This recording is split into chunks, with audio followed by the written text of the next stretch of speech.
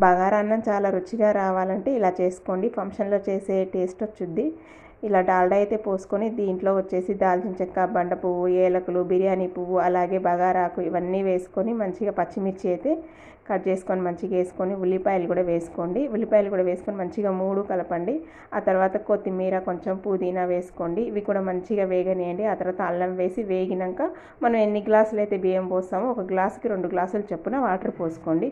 మంచి ఒక స్పూన్ ధనియాల పౌడర్ అయితే వేసుకోండి. దీంట్లో మంచిగా కలుపుకోండి, కలర్ వస్తుంది బగారా రైస్ అనేది.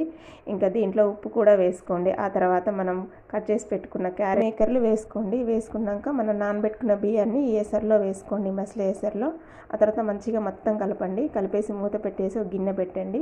ఒక 5 మినిట్స్ హై ఫ్లేమ్లో పెట్టేసి తీసి మళ్ళీ కలపండి. ఆ తర్వాత మళ్ళీ ఒక 15 మినిట్స్ ఇలా స్లిమ్లో పెట్టేసినామంటే మనకు బగారా రైస్ అనేది మంచిగా రెడీ అయిపోద్ది. చూడండి ఎంత బాగుందో.